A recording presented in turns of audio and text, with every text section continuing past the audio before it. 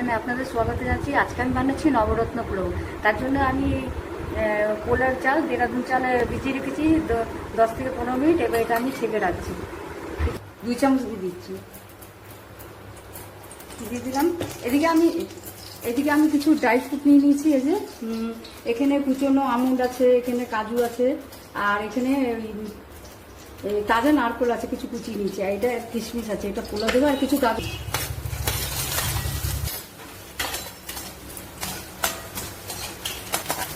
নারকেলটাও fry হয়ে গেছে, উঠিয়ে রাখছি।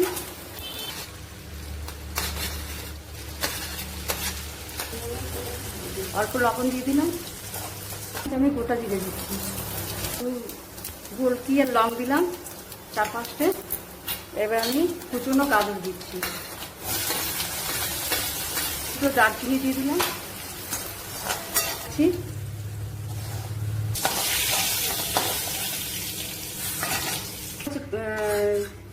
আদা আমি জিরে দেখুন জিরা বাটা দিয়ে দিচ্ছি 1 থেকে 1.5 চামচ। এবার আমি চালটা দিয়ে দিচ্ছি। আমি এটা 8 থেকে 10 মিনিট আমি একটু ভেজে দেবো। এবার এটা একটু লবণ দিচ্ছি।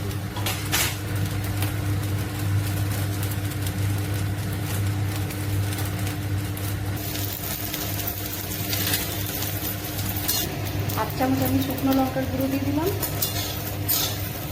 আমি দেখুন এই গ্লাসের আমি 2 গ্লাস গ্লাস চালের জন্য 4 গ্লাস জল আমি গরম করে নিয়েছি। এবার আমি এর মধ্যে দিয়ে দিচ্ছি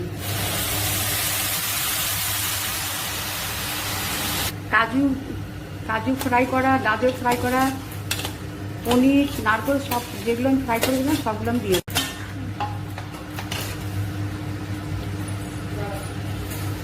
দিয়ে দিলাম। 2 বড় টেবিল চামচে আমি চিনি দিয়ে দিলাম।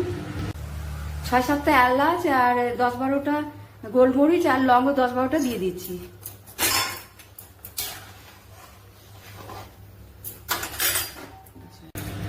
এক মুঠো কিশমিশও দিয়ে দিলাম। একটা পাতিলেবুর রস দিয়ে দিলাম। 2 মিনিট হাই ফ্লেমে থাকবে, তারপরে আমি আঁচটা কম করে এটা সেদ্ধ যতক্ষণ হয় ততক্ষণ আমি এটা ঢেকে রেখে দিচ্ছি। তারপরে একটু ঘি দিয়ে দিচ্ছি উপর থেকে, আর একটু বেদানা ছড়িয়ে দিচ্ছি, গার্নিশিং করছি। এটা আমার নবরত্ন পোলাও হয়ে গেল। করে দিচ্ছি বেদানা দিয়ে।